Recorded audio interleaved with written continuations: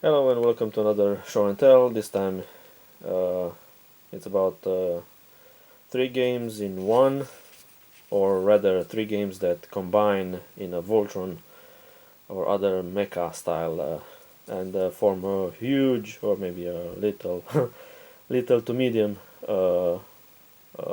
monster game, war game. Uh, we have Army Group North, Army Group Center, Army Group South, which combined covered the entirety of the Operation Barbarossa, the German invasion of Soviet Union, 22nd of June 1941 onwards. Um, the company is called Conflict Simulations. This is a print and play project. I jumped on the occasion to buy a heavily discounted bundle on Wargame Vault a while ago, and now it has come to I reached the moment when I had a little time to put them all together. Uh, there's not a whole lot of counter density judging by the size of it, but there are enough to take a little time. So, print and play. Three games you can play, as I think I mentioned. You can play them separately, but you can play them as a campaign. Each of the games, you see, it's the cover is mostly German-centric, with the exception of the star that counterbalances it, because you have images of the German leaders, uh, von Leb for the north, von Bock for the center, and von Rundstedt for the south. The leaders at the beginning of the Barbarossa campaign, and then you have, of course, German armor, Panzer IV, short-barreled, then some soldiers, and then some Ju-87 Stukas. So we have the rulebook, which is around 20 pages long, and it is for each section. It is for each game, rather. It is split up in core rules with a few color pictures, but mostly text. So these are the core rules for the system, and then at around page 15 you have the exclusive rules. So destroy all monsters operational series game. So this is an operational series. These are the rules for the Army Group North, and we have the CRT and the attrition table on the back, which are in color, and the rest of it is mostly black and white. So not a very I don't know, thick rule book or something like that, and the text is also rather I don't know. It has enough breathing space, so it's not densely packed. So this is the rulebook for the Army Group North. The Army Group Center is much in the same vein. We have the exclusive rules on page 15 as well. 20 pages of rules, and the Army Group South ditto. So I believe it has exactly on the same page as well. Yes. So we have the exclusive rules for the Army Group South. So these are the rule books. Now, each of the individual game has what they call unit status pad, in which one would tick some boxes, but I printed it printed them because these are the Soviet ones, and these are the German ones, together with some other, I believe, were only Germans. The Axis and the Soviet units. I laminated the pages so I could use a dry erase pen and conserve nature in this way, so you don't have to, but it says make copies before use, so these can be copied and reused or something like that, or remade from time to time, but I'll be using a dry erase marker, so it's okay. And one of the status pads, the Soviet one, has the turn track, terrain effects chart, combat matrix, counterattack table, and some other stuff.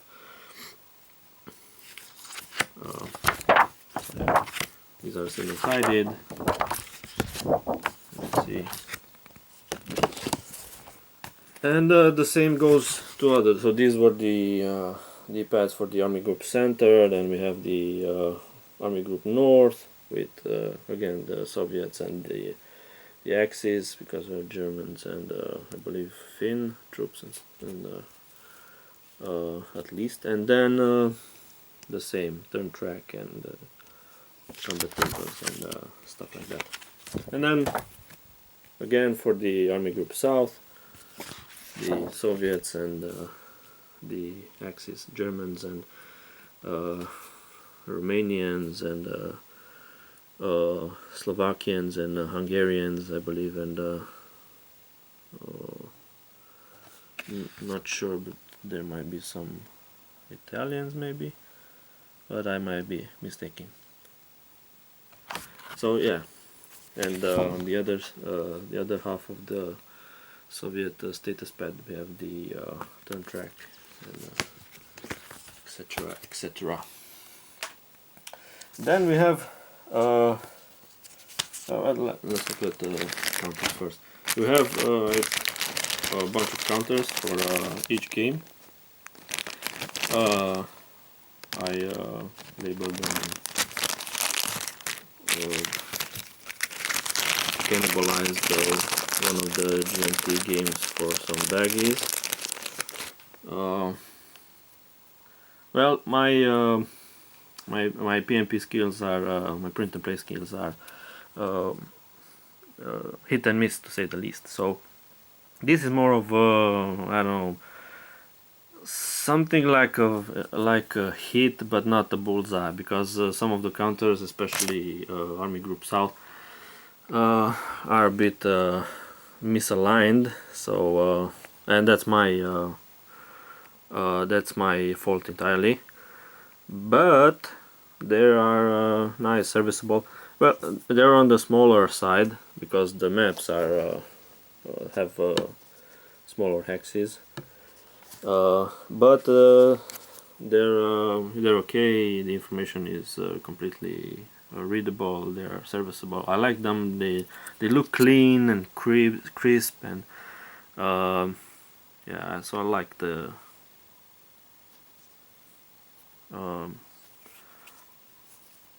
They're not over burdened with information or something like that. They look very clean and I like it.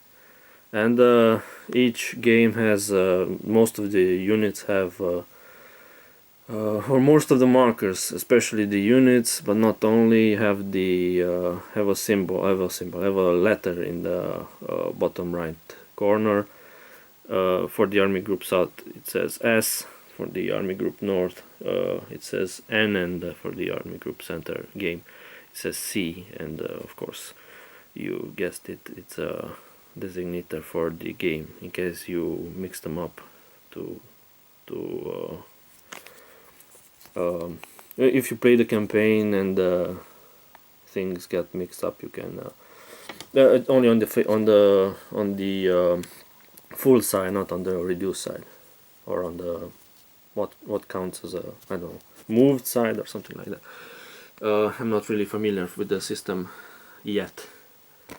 So yeah, nice counters, clear, crisp. I like them. And each game has a bunch of them, as you can see. I put them.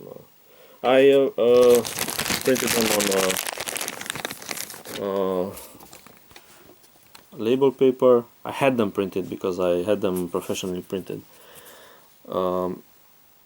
It's a glossier label paper. You see here the Leibstandard, the Adolf Hitler, motorized division. You see NATO symbols and stuff like that. So I had them printed on label paper and then stuck them on 2mm chipboard, as I usually do, because that's the medium I like to use most for my counters, because they are thickish but not too thick, and sturdy and stuff like that. Then we have the maps. Each game has two sections. Comes with two sections, so they form a big one. This is for the Army Group North, as you can see. I had them printed on A3 plain paper, and then trimmed the edges. I haven't stuck them together yet because they're better this way for I don't know, storage and transportation purposes. But usually I use Scotch tape, but maybe I'll be laminating them first. I don't have an A3 laminator, but maybe I'll laminate them and then we have Army Group Center, Warsaw, Moscow, Kiev. You can use these big maps for the campaign game, but you have a lot of overlapping to do. As you can see, and here we have Army Group South, Romania, Hungary, Slovakia, and the Soviet Union. Today's Ukraine and Russia. So we have Black Sea and the sea, Azov Sea. If you want to play the campaign game, you have a lot of overlapping to do with these big maps. Why? Because as you can see, the top half of Army Group South is continues with much of the bottom part of the Army Group Center, so you have to overlap quite a lot of each map. And so to ease the campaign game, the file bundle comes with a set of campaign maps. So we have smaller size, so smaller than A4. These are printed on plain paper and then laminated. I laminated them myself, so I haven't put them together for the ease of storage and stuff like that. But as you can see, if these two pieces are mainly the left half of the Army Group South map, and if you take it, see, you can take it out like this, and it's basically this map. But the advantage is the advantage to it is that you don't need let me just find that. You don't need to overlap maps because they go together like this, so they are already cut to size, so all you have to do is put them together. So yeah, these are quite okay for the campaign game. My laminator is probably will be joining the Choir Eternal in the very near future, and messed up one of the pieces, the original pieces that I had had uh, that I had printed, and I printed it on my new printer. So this is, you can see a little color difference, but all in all, I really love the maps. There, I believe, are Ilya Kudyashov's maps. I'm a huge fan of maps done by Ilya Kudyashov, and I must confess, this is one of the main selling points for this game. When I've seen the pictures of the maps, I said, I don't know how it plays, but I want that game. I'm a map freak. Maybe my wargaming activities, mainly hoarding nowadays, my wargaming hoarding and stuff like that, come my activities come mainly from finding a good reason to pore over beautiful maps. So this is how I describe my, I don't know, my hoarding and playing propensities. So yeah, but enough of the banter. I hope I didn't I don't know, I didn't bore you or something like that to death. Thank you for watching. Goodbye.